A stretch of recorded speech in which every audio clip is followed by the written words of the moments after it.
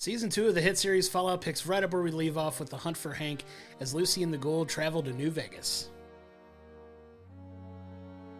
It was kind of surprising just how big of a hit Fallout was. Like, you thought, right, this is a game series that could lend itself well to being a TV show because it has some slapstick kind of silly humor. It's got a lot of action and violence and stuff. So season 1 was definitely a surprise. So season 2, I thought was solid overall. I do have a few issues with some things they went and did. And here it did feel almost a little bit more like a video game this time around because it really felt with them, you know, it's picking up right after Fallout Season 1. They're trying to chase down Hank, figure out what's going on there. And they're just kind of moving almost like mission for mission. All right, we're going to go to this town. All right, we check out what's here. He's not here. Let's go to the next town. Let's go to the next place. And it kind of went a bit video game formulaic in that way. Like, it was just like you were just watching them go through all of these main stories with a couple side stories mixed in. But I had fun with it overall. Yeah, I really like this show a lot. It does follow a very linear path, which is fine, for that. But you also get a little bit of time jumping around in there too. So it's, if you're not paying extra close attention, you could find yourself lost a little bit in what's going on because obviously you have the Ghoul storyline, you know, Cooper Howard here, who's featured a lot more prominently in this season than he was as... He kind of takes the lead. He really does in this season, yeah. It's really more focused on the Ghoul and, like, Cooper's journey through being, like, a spy on Vault-Tec and everything they've got going on. And you get a whole lot of that because I love Fallout New Vegas. That's probably my favorite of all the Fallout games, as it is many. It's still a very popular game. And to see that kind of play its way into this with some of the creatures that you get introduced to, like the Death Claws and some things like that, like you get, it's fun to see some of those New Vegas elements intertwined in here. But we've got some really interesting stories going along. Like you said, we talked about it in the intro. Like you're on the hunt for Hank, who's Lucy's father, who's, you know, kind of in the upper tier of Vault-Tec, but not really. But he's kind of taking on these experiments that he's doing in this season, and you got Lucy trying to track him down with the help of the Ghoul, and a lot of interesting, like you said, it's a very straightforward path, but you do venture off and have all of these other ancillary stories that are kind of happening simultaneously. It's kind of a lot to keep up with, but it's definitely one that is intended for you to pay extra close attention, to pick up everything that's going on, when it's happening, and who's involved. And we get some awesome cameos in this season too, of some people that I was very excited to see make appearances here who I didn't know how big, especially with one particular cameo, especially with the way it ended at the end of the season. Like, I'm excited for that character to continue to be a part of this show, given the actor that we got in that. But a lot of fun moments in this season, man. I'm really excited for the direction that it's going and where it's moving into in the season beyond this too. Yeah, especially when we got an introduction to the super mutant and you hear that voice for the first time, like, all right, I know exactly who this person is. Let's see.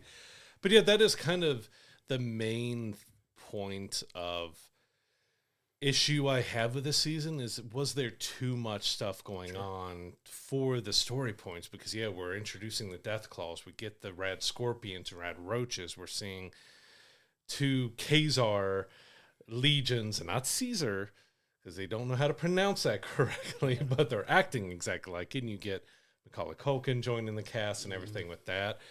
But you just get so much. You got Vault 31 through 33. We still got all that going on with everyone who's thawed out. Then you're dealing with New Vegas and the Vault-Tec over there. And you're bringing back in the snake oil salesman. You got more different types of ghouls. You have the Brotherhood of Steel and all their factions, along with the Commonwealth being brought in.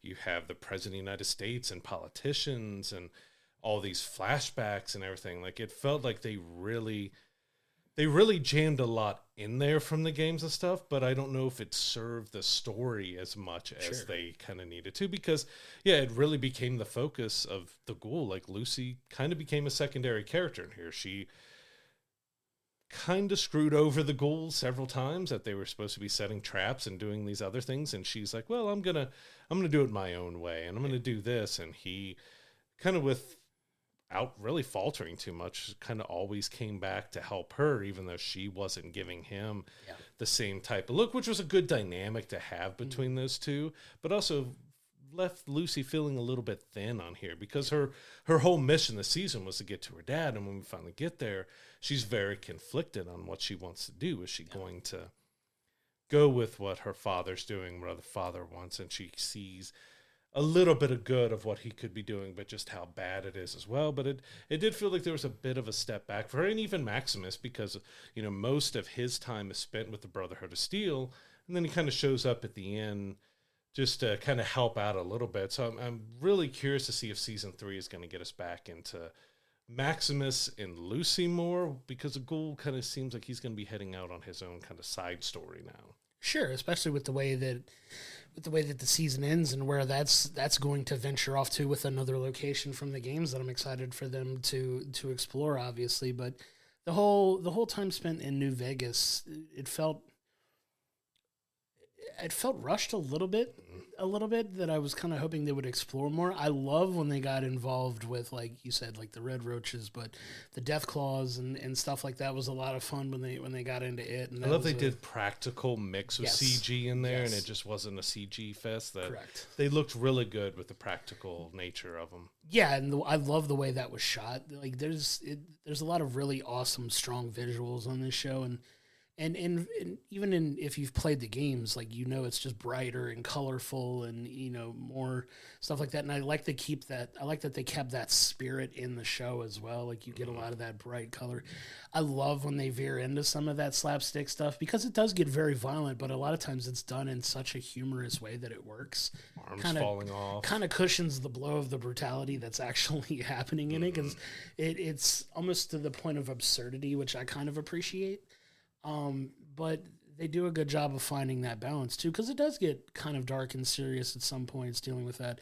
You have a lot of the espionage element with the stuff going on down in the vaults, you know, especially when you've got, I'm trying to remember her name, is like the main, like the lady with Stephanie. The patch with Stephanie, you know, and all the stuff that she's got going on. You get kind of the reveal of how she's connected to everything too, which is very, very interesting to see that dynamic moving forward too, and what her role has been throughout this entire thing. It's a lot of fun to keep up with, and I'm cautiously optimistic with where they're going for season 3, because, you know, you get in the throes of this story and there's so much going on, but also where they could potentially take these stories and how these guys are kind of all starting to commingle again, and you get the reunion of Lucy and Maximus finally at the end of the season, and see where they're going to venture off. But you have the very real Brotherhood of Steel issue that they've got to deal with, and she start to get more mixed up in that. And then, like you said, you've got the Legion running around doing their thing too with Macaulay Culkin, and the Kaiser's Palace joke just got hilarious. It's so good. Like it was so funny. But I'm excited to see what Macaulay Culkin does. Like I kind of alluded to it earlier. Like, it was fun to kind of see him be there, but you know what that character is in the games, and like, do they lean more into that going forward? We don't know, but it's exciting, man. There's a lot of cool things happening simultaneously that I hope they continue.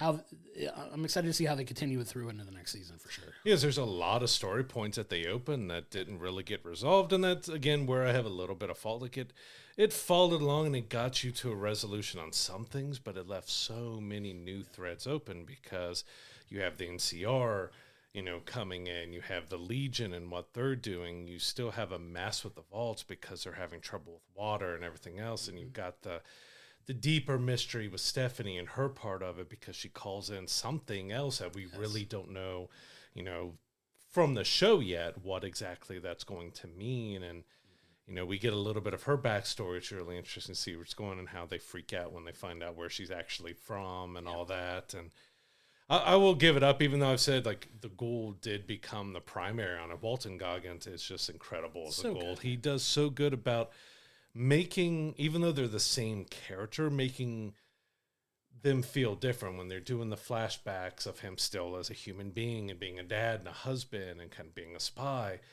to how he is as the Ghoul is nearly completely different. Like, you can see a little bit of his humanity still in the Ghoul, but it's so different when he's playing Cooper than the Ghoul. And it's, he's had to do double duty because of just how long it takes for that makeup. And then you've got more scenes he has to do back in the past and everything. He did a really fantastic job of really balancing that out. And I was surprised of just how big of kind of becoming the main star of this season it was, but it worked because he was very involved in what kind of led to Fallout happening and everything like that, and the cold fusion technology, and then you mix in Robert House and you've got all that mystery. So like in a way, like I enjoyed how much they open and how much lore and story they're bringing in, but I just question if it was maybe a little too much jammed into 8 episodes. I mean, you're not talking about an extremely long season. You're talking about cramming 40 different characters and story points and everything else in 8 round 1 hour episodes. It's a good problem to have. Yeah.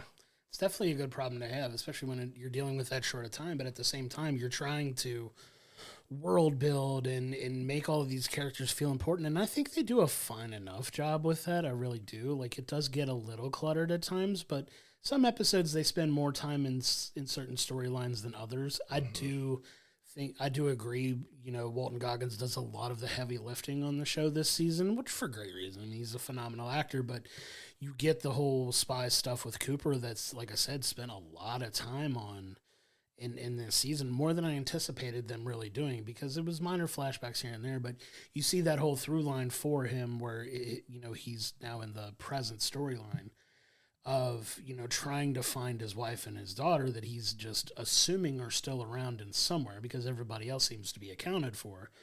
And then he finally makes it, you know, spoiler, but he finally makes it to the cryopods and he sees that they're not there. And, you know, there's a hint of where they're heading to for the next season. And now he's kind of, is he going on a wild goose chase here to kind of go to all these places? And you wonder, is he going to get that happy ending? Because we genuinely, at this point, do not know how long this series is going to last. Mm-hmm. It's been greenlit for season 3. I believe there was talks of a season 4. I don't remember if that's the case or not.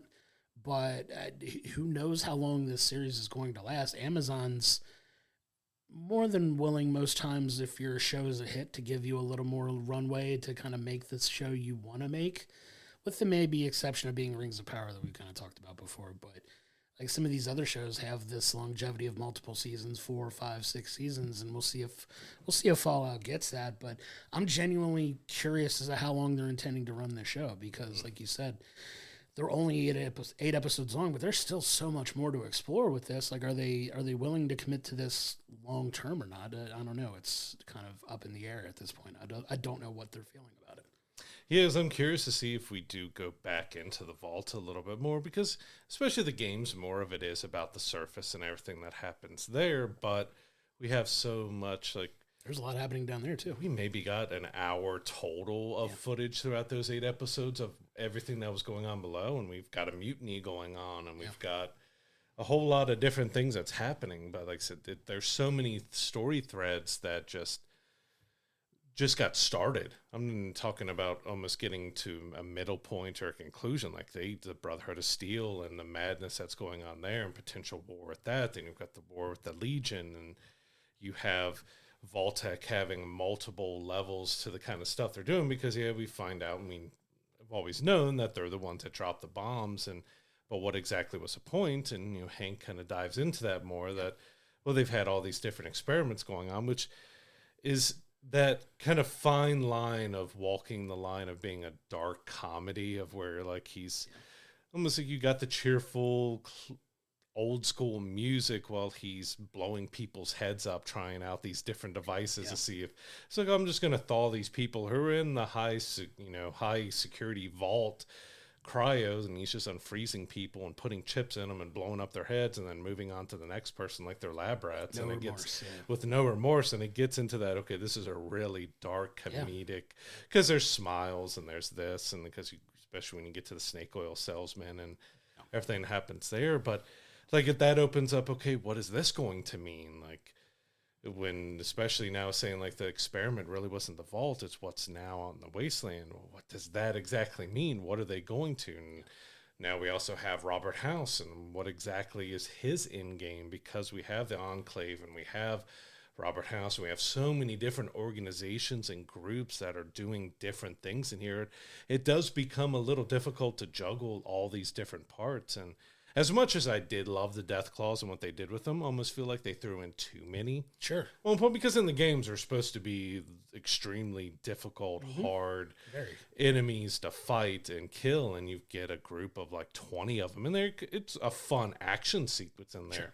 But it's a lot of them in one place, and that's where Vegas felt like you were on one strip, and then you were at the vault and that kind of stuff. You didn't get to see a little bit more of the area. You got the people afraid to help out. You've got Thaddeus shooting with his toes and stuff. Like it does do a good job of mixing that humor with the darkness and because it does get very graphically violent still. And you get a lot of dismemberment and being speared through a chest and everything else. It becomes a lot, but they just walk that line of, all right, we're going to go dark, but we're going to try to make something light and funny out of it. But probably the biggest thing I was a little bit disappointed in, just because I don't know what they were trying to do with it, was the vault, what's it, 31, where all of the frozen cryowars that Norm ran into, like, what exactly was the kind of purpose of that? Because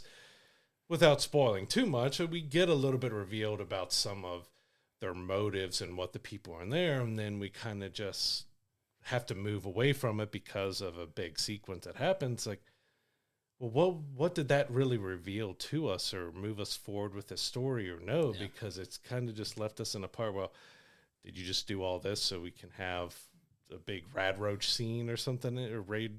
It just, I don't know. It felt a little off, including that of just how much stuff we had going on in the season. That felt a little bit underdeveloped. Sure, and that's a fair point, because before you know it, they're fighting their way to the surface level, and as we know from not only season 1 but up to now, like it's a completely different world. Like, those people were very sheltered in those vaults, and then you have these people who have been cryogenically frozen for a long time, 200 years, a long period of time, and they're not really used to how things work up there, and they're kind of overwhelmed very quickly when they get up there, and they do kind of breeze through that, and I do feel kind of the same, that it was underserved and underdeveloped a little bit there, because you kind of wanted to see a little bit more revealed through that. And who knows, we may get a little more in the next season to maybe explore that dynamic a little bit more with, who's left and what they've got going on too. But circling back to like the Vegas aspect of it, like you kind of hit the nail on the head where they just didn't spend that much time in that location. Like, I think some of our expectations for this season going in was they were going to explore that space a little bit more, especially given how popular New Vegas is to the actual Fallout franchise. Like, that's a game that's still very popular online now. Like, and that game's been out for a while. Like, it's a very popular title in that series of games, and the fact that they really didn't spend a ton of time in there is a very interesting choice, especially considering that you've got the Ghoul moving on where he's moving on to, and you just wonder, since he was kind of the de facto lead in the season, is he kind of going on his own adventure that we get a little bit of exploration in season 3, and we go back to the Lucy Maximus dynamic? I don't know where the focus of this season is going to be, because are they going to be staying in New Vegas, or are we doing kind of like a hybrid where they're in Vegas, but, Ghoul's on his journey and they're split for now? How much time they plan on spending in each? Because like you said, they packed a whole lot into these 8 episodes. Now, if you're splitting our 2 biggest protagonists on the show, like, how much time are you really going to dedicate in each section? Are you going to spend bits of every episode, or are we going to get like episode jumps where one episode is like a Lucy Maximus with some of the other ancillary stuff is, and then the next episode going to be Ghoul-centered? Yeah, you just wonder if they've opened up too many That's threads. What I'm saying. Like is it almost too busy for them to really write a solid, cohesive story in a short amount of time? Because like you said, if they're going to keep to this 8-episode format, which all indications are that they are, because they haven't broken from it yet, Like, how is that dynamic going to work moving into season 3? It's a very real question that I'm interested to kind of dive in and see what they're looking at creatively, because I can't imagine it's going to take too long for them to go back to this. I don't know what the production schedule is at. Looking like we've done no research on any of that going into this. I thought I heard something that they might be going back into production by the end of the year for season 3. So. It makes sense. We may get something in 2027 for it, which is fine, and I'm okay with that. But yeah, I'm interested to see where they go forward with it, because there's a lot going on, and you just don't know where their heads are at as far as like the stories they're going to tell. It's an interesting place to be for the show, because like you said, there's just so much going on, and we don't know how long they're going with it. So we got a little bit of a ways to wait. Yeah, and like we mentioned, like, what do we do with kind of Lucy's character now that she, spoiler-wise, she did meet up with her dad, and there's things that happened there with that, but you kind of leave her in kind of a new place, and she's separating from the ghoul, but she's back with Maximus, but she's in a new place that you don't know if her journey is going to bring her back to the vault, or if she's going to want to stay on the surface. And I assume they're going to get caught up in the Legion stuff, and that they're going to have to help, because the town clearly can't defend themselves, but you have the NCR that came in, and so you've had that thread being open a little bit, but barely explored them and that what's going on with that. And it's like, yeah, it opens so many threads, which I enjoyed, and there's a lot of good stories and a lot of fun with that, but it did feel like maybe it expanded a little bit too much. I will say that I probably enjoyed the first season a little bit more than this one, just because it had that newness to it, and you're discovering this world with Lucy, and you're getting a little bit of the mystery going up, but it kind of fed it to you a little bit slower, let you see the towns, go through stuff. I think some of the action was a little bit better in that one as well. This one did have some good action sequences in it as well, but it felt like it was very much more a lore building season that was very much more about, we need to cram in what happened before the explosion, what's going on now, or we got to bring in this group, that group. Even you had some one-offs where you visit towns, and then you got to revisit a couple characters we had from season 1, and you just kind of jumped around quite a lot between each episode, and it did leave with a lot of questions still to be answered. So hopefully season 3 is one that they really find a good way to handle all these different storylines and giving us, because as you said, it could be, all right, well, this episode's Brotherhood of Steel, this episode's Legion, this one's a Lucy episode, this is a Ghoul episode, but by the time you know it, that's 5 episodes out of your 8 that's already taken up. Got to have an episode, or at least half an episode, for the Vault Dwellers and what we're doing in there. So that 8 episodes is starting to look a little confining with how many story points that they've opened up here. Because if you're a video game fan and you've played Fallout, you can have so many side missions and story missions going on one time that you jump around and bounce around. But does that style work or continue to work for a scripted television series if you're getting a little too ambitious with how many threads that you're going to give each thread the proper time to be explored and stuff? Like, you got some fun stuff with the Brotherhood of Steel, but then you kind of had all chaos break out, and you just kind of left it there until the very end secret scene at the end of the last episode that even opens up yet another thread of things to happen. So it's I'm enjoying it. I just hope it doesn't get beyond its boundaries, where they can keep the story neat and interesting without, all right, are they going to start doing spin-offs so that we can have all of these stories done right? But it's still fun, but I'm just worrisome that the story's getting a little too spread out. Yeah, you wonder if it's becoming too abstract at that point, like it's getting just too much. And you kind of wonder if this season's going to wind up just kind of being like an expanded bridge between 2 points. Kind of like, you feel like you start off from this jumping point in season 1 where it felt a little more linear, a little more clean, a little more like kind of dipping our toe into the world, and then you just kind of dive completely into the deep end with season 2, and now you're kind of turning. Think about it like a lap in a pool, right? Like if you watch, the Olympics are going on right now, so this is kind of apropos. It's more of a summer Olympic thing than a winter Olympic thing, but think about it like a swim race, like at the Olympics, where they're swimming down to one end, down to the deep end of the pool, and they're kind of flipping back around, and they're coming back, and they're circling back around, and it kind of feels like that's what they're doing with this. Is like, we're gonna send you out into the world here with all of this stuff that you kind of got to figure is going to kind of come together at some point for it to kind of all have all these branches converge back again. Like, it's going to come back into this one thing.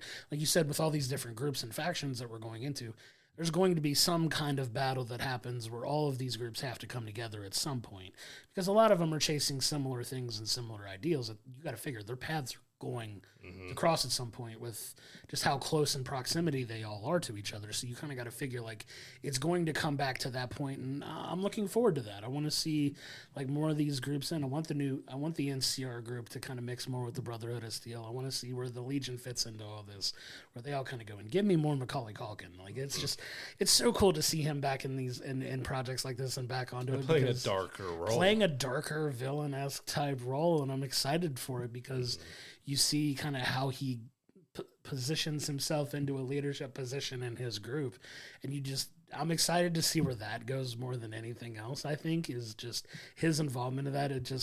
I forgot he was going to be in it, and when he showed up, I was just all like, yes, let's go, let's get him involved. And then you just didn't know how important he was going to be to it. It's like, is he just a side character in this group? Is he just going to get killed off right away or something? It's like a quick cameo. It's like he's just going to be in there. It's like, oh, great, and then like he meets some brutal. Nope, he's very much a leader of this group now, and it's going to be real interesting to see how he plays into it moving forward. But I'm all here for it, man. Give me more Macaulay Culkin. That was so cool.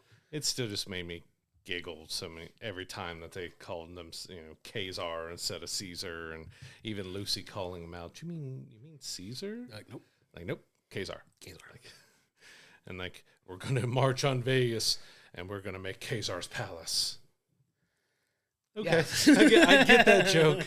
I get that. Yeah, that was a lot of fun, but very tongue in cheek. But yeah, you just kind of hope that from a story's perspective, it's a large, expansive world, and there's so many different games, and it's like, all right, this one was like, all right, we're going to take elements from New Vegas and from this game, and because you're setting up another game with where the goal's going, so you're trying to, these are 100-hour video games that you're trying to take from all of them at once to bring all the story together. You just, don't want it to kind of get overtrained where, like, Lucy did feel like more of a side character, and you kind of worry that, okay, well, a lot of the flashbacks should be done, because most of it was around Cooper's story. We think pretty much we got everything of his stuff, so there should be less flashbacks and stuff, so we should have more time to explore. But with Lucy being your main character, you didn't get a whole lot of, I would say, development with her. She was very wishy-washy in a way. Like, she's with the ghoul, but I'm willing to, like, do something if he doesn't. Well, I believe in this. I'm going to take this woman back to her people. I don't care what you say. I'm just going to leave you here dying. You'll be okay. And like, she was just very. I get that she's got onto the surface and it's starting to make her a little cold and changing, because that's kind of how the world is up there. But it just didn't feel like we didn't get a whole lot of development with her. We got a ton with the ghoul, and again, Walton, fantastic. And I love her as Lucy, and I love that character and stuff. So I really do hope we kind of get back to finding out where exactly her place is in this world now, because things have changed. In the end, it's changed a lot forward, knowing what her dad and Vault-Tec was kind of doing and about, even though she hasn't got into the deeper, more mysterious parts of it. Correct. You're left wondering, just where is her part of this story really? Where does she belong now in this story? We know where the goal is going. We kind of know Maximus still kind of has that tie to the Brotherhood of Steel.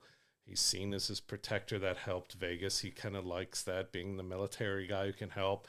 You potentially have him maybe joining the NCR and becoming a big part of that. So you kind of have a bit more of where the ghoul and where Maximus is. Lucy, at the end of this season, was kind of the one that I felt was left more of like, all right, what are we doing with her? Sure. And hopefully season 3 dives more into that. Like you said, she did kind of take a little bit of a backseat. I mean, she was still pretty featured. She was featured in it pretty well, but I do agree, like you said, the ghoul got so much more development in this, and it's such a cool character, man. A cool aesthetic. He looks like Red Skull if he fought in the Old West, you know what I mean? Just like a very cool looking character. a popular character in the games as well, obviously. So it's cool to see them doing something like that. And Walton Goggins, man, I can't think of a bad show I've seen him in, bad show or movie. Like it's another one of those like not quite John Bernthal level actors for me, but up there. Like still, like he just commands every camera that he's in front of, and it's so cool to see because he does a lot of the heavy lifting in this, and it's really well done, and I'm excited to see where season 3 moves. And we're off to some new locations now, and hopefully we don't have to wait too long to get it, because I know like a lot of things with these shows, it takes a little while to shoot, but I haven't really heard of any negative production things coming when they do this, so hopefully they can get back to it sooner rather than later, and we don't have to wait too long to get a follow-up on this show, because I'm excited to see where it goes. Yeah, so Fallout Season 2 was an overall fun follow-up to Season 1, which kind of just smashed everything and all expectations. I do feel like Season 1 was a little bit better to me than Season 2, just because it had more, I don't know, the story felt tighter and a little bit better together, where Season 2 just tried to expand in so many different directions. You introduce 20 different groups, you've got 40 different characters going on at any one point between the Vaults and the Wasteland and New Vegas and the Brotherhood of Steel and just the Commonwealth and everything. Like, we barely even scratch the surface of the Commonwealth. So there's a lot of story points that were open here that we didn't really get much conclusion on. So there's still a lot to be seen in Season 3. I'm going to give it, I'm torn between a 7.5 and 8 because I enjoyed the season, but I do have some concerns about just how kind of fragmented the story's starting to be just because of how many paths it got.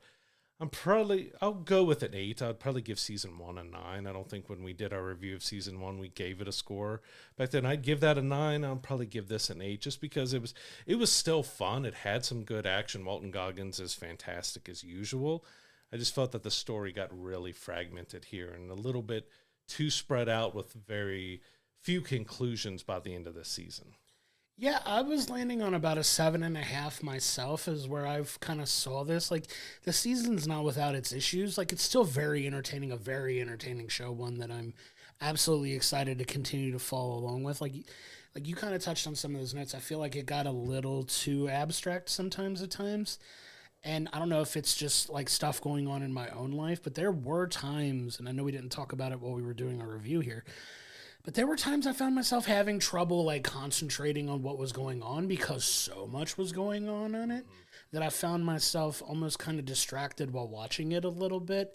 And it was hard to really focus on everything that was happening. I do want to go back and kind of rewatch it again, maybe when things are a little less chaotic sometimes for me, but I feel like it's still a really solid season. It got a little too far into the woods a little bit, and I'm kind of hoping that Season 3 gets it back onto the tracks fully a little bit better, and I'm confident that they can get there because we love Season 1 as much as we did. We know that the elements are there, and I'm kind of hoping that this was more of, like we said, like that bridge between two seasons where you do kind of go out a little bit more and do a little bit more abstract world building just to bring these groups together for something. But that talks about the longevity of the series, too, because like we said, we don't know how long this show's going to go for or if there are plans for spinoffs or anything like that. So you don't really know where all of the focus is going to be on it. And if we're just stuck with this for X number of seasons, who knows when they finally converge and get to that point. We're hoping it's with Season 3, but in a vacuum, Season 2, I think it's solidly worth a 7.5, which is still really good. Like, it's a really good show. I like this show a lot. I'm hoping it gets back more focus for Season 3, though, and gets a little bit more on track to where it feels much more must-see than it did in this season for me. So I'm kind of hoping it gets back to that, but very excited for what's to come. Because I feel like we have another video game series that's going on with The Last of Us, and we were supposed to get up to 4. Yeah. They were talking 4 seasons of that, and now they're like, well, Season 3 is going to be it, and we know that Season 3 is mostly going to be about Abby and everything else.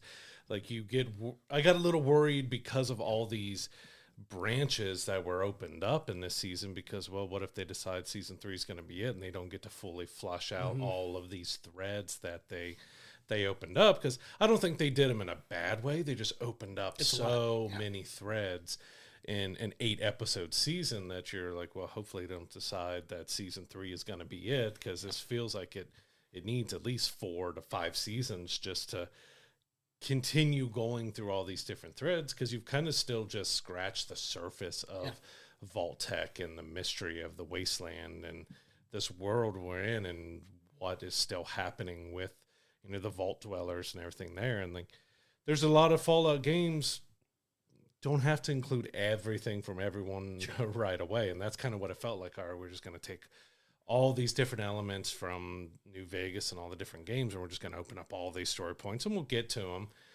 You may not always be able to get to all of them. So that's why I just hope that season 3 gets a little bit, I wouldn't say linear, but just a little bit more focus on making sure that these story points have some sort of conclusion towards the end, because most of them are still wide open, which you want going into more seasons, is having things that you can still explore. But when you leave a season after 8 episodes with like 18 threads still open here, that's a lot of stuff to keep up with and to think about, all right, what is season 3 really going to be? I mean, we know we're going to get some big battles because they set that up, but where's this overall story going? Yeah, and hopefully we get a little more clarity on that moving forward as they start to work on season 3, and we get a little more insight on what to do. The show's doing really well for Amazon. It's one of their most watched shows, so I don't feel it's really in any real danger. But let's just hope they get back to a little bit more of that focused storytelling for season 3 for sure, because they definitely need to, because they can't afford to let it drag out too long. I fear it's going to lose people a little bit if it doesn't start kind of moving forward and delivering some conclusions to some of these stories, where it's just like, okay, we get a little bit of a better focus on where everything is going, not just maybe 1 or 2 story beats. So I'm excited to see where they get for that for season 3 for sure. Yeah, so all episodes of Fallout Season 2 are on Amazon Prime. Watch them all. Let us know what you think. Come to our Discord, our socials, talk to us about it, because you may have a different feeling on it. Like, we're not complaining about having too many threads. We just want to make sure that there's actually a payoff for some of these stories, and that you don't want to feel like you're having to take notes, even though I do when we're doing stuff that we review. There's a big, gigantic thing of notes in front of us here, but it's in a way that's also for my brain to be able to, all right, what is happening? We touch on the Legion, Lucy and the Ghoul. We had this group, we had that group, we had this group, and that was one episode. Like, you went to 5 different groups, and like, okay, exactly where's that story going? But it's still fun. Like, we feel like we're talking down about it a lot here with the complaints about how many branching stories. It just, we enjoyed the first season so much, and they've opened up a lot of interesting threads. We just want it to feel like it's not just going to be, all right, we're going to do a new season, and well, what happened to this thread, that thread, and this thread? You didn't really bring that up. Yeah, and that's the unfortunate part about the time that we live in now, where even like 10, 15 years ago, you had a little bit more comfortability in kind of waiting and letting it play out. But now, with everything being, just abruptly ended, and not everything, but a lot of shows not getting that follow-up because they're not as successful, or they're too expensive to produce, so they're kind of canceling it or they're canning it, and we don't really get that conclusion. We want to see this fully fleshed out story play out, which is why we give it the eyes that we're giving it. I think the way I could put it best is I want to see a little bit more of a sense of urgency in their storytelling, because you don't know how long you're going to actually have to tell the story you're trying to tell. It's all good if we know they're committed to 8 seasons of this show, and we know we're kind of just in the first quarter of the series at this point. We'd be a lot more forgiving of that, but we kind of want to see a little bit more of that urgency, because we just don't know. Like, you never know. Amazon at any point could be like, well, season 2 was solid. It wasn't as may have not been as well received as season 1, which I didn't get to look at like reviews by any other people or see how it's doing on any of the review aggregations that you get where it compiles what people are thinking, like Rotten Tomatoes or what have you. But I think it's still underperformed a little bit from what I can recall, but I don't want to quote that for sure. But give me a little bit more urgency, because you don't know, because if it starts declining in quality and people are starting to be a little more critical and not enjoying it as much, it may be more apropos for Amazon to say, we're not going to invest as much if people aren't feeling it. So give me a little bit more urgency in your storytelling to kind of push it through a little bit. I'd rather they get to an end. I'd almost rather they get to an end of like, hey, they ran it out a little too long and didn't end it that way, rather than getting it abruptly cut off when there was so much more to tell. Yeah, and it's like we also are in kind of a new age of television that, when we were growing up watching shows as teenagers and young adults, and I sound so old saying that, but we would get 15 to 25 episodes a season of stuff, and now you're really cutting down to 6 to 10 for most things. So you're talking about not giving a whole lot of time per season to go through all these threads. It's like you said, it's almost like you have to dedicate an episode per thread just to kind of go through it, and that does kind of break up your storytelling a little bit if you're having to divert a lot. And you don't know exactly, what's going to go with Amazon if they feel like they want to keep pouring money into it, because it can't be a cheap production with all the sets and the props and the CGI and everything. But we also don't know with the, if you are a gamer, the gaming climate is really still shaky. I mean, Microsoft, just before we started recording this, you got Phil Spencer is stepped down and is retiring. You have who was supposed to be the next in line with Sarah Bonds. She resigned. And then you bring in 2 more people to kind of run it. What if they come in and say, you know what, we don't really like this partnership for TV shows. The Halo partnership with Paramount didn't do well for us, even though this seems to be okay. Let's focus just on the TV side. Microsoft could cut off, that opportunity, since they own Bethesda and they own everything Fallout. They could say, well, we just don't want to do it anymore, and that's it. And then we're stuck, and you don't know what that's going to look like for the show. It could be the end of it. You never know. And that's what I mean by the urgency. You just don't know how the climate's going to play out. Like, all things, I hope this show goes on for several seasons and we get some really awesome fleshed out stories, and eventually we would. But just looking at it in a vacuum right now, you're kind of hoping for, like, okay, let's really move this a little bit more focused, and we'll see what we get in season 3. I'm excited for it. And just one last comment on that is, with that new climate with TV, you're not seeing shows get the longevity that they used to. Of, Grey's Anatomy is still running for its 376th season. Absolutely. But most shows, especially on streaming, are getting 4 to 5, maybe season 6 if you're lucky on stuff. We just had Stranger Things after 20 years getting its 5th season and wrapping up. You're not getting very long runs for series that are for streaming. So just all of that is running through our mind with that of like, all right, you're branching out and you're giving us a ton of different story points to look forward to that can have some great battles and some real fun. Just don't get too ambitious, and then the rug gets pulled out from under you and everybody else who's enjoyed the series, that you don't get to kind of conclude what you're going. Because if Microsoft and Amazon both said that season 3 is going to be the last one, you got a lot of story points to try to wrap up in 8 episodes. And then we get a shotgun blast of stuff, and we were like, well, they had to rush it. And this is exactly what we were worried about in this episode. And we can kind of point back and say, we kind of told you so. So we'll see what happens. We'll get season 3, hopefully sooner rather than later. But thank you so much for tuning into this episode. We know we've been off for a couple weeks now. I'm glad you're finally feeling better and have gotten over, Kidney stone tried to kill me. Yeah, it's not fun, man, but I'm glad you're better. We're back to our regularly scheduled programming here for sure. But if you feel so inclined to, help us out and anything you could do to help, likes, follows, shares, it all makes a difference for us. You can also subscribe on YouTube, all your favorite audio platforms. It all helps us out so much. And once again, we can't thank you enough for your continued support. You can also become a subscriber on Patreon, which you'll get all the episodes early. You can get exclusive merch, get a lot of access stuff, get your name read out at the end of the episode. So if you want to support us that way, it only costs like $5 a month to give us that kind of support. Head over to patreon.com/we'll bring the popcorn. And thank you so much for tuning in for this episode. We'll see you next week for another new episode.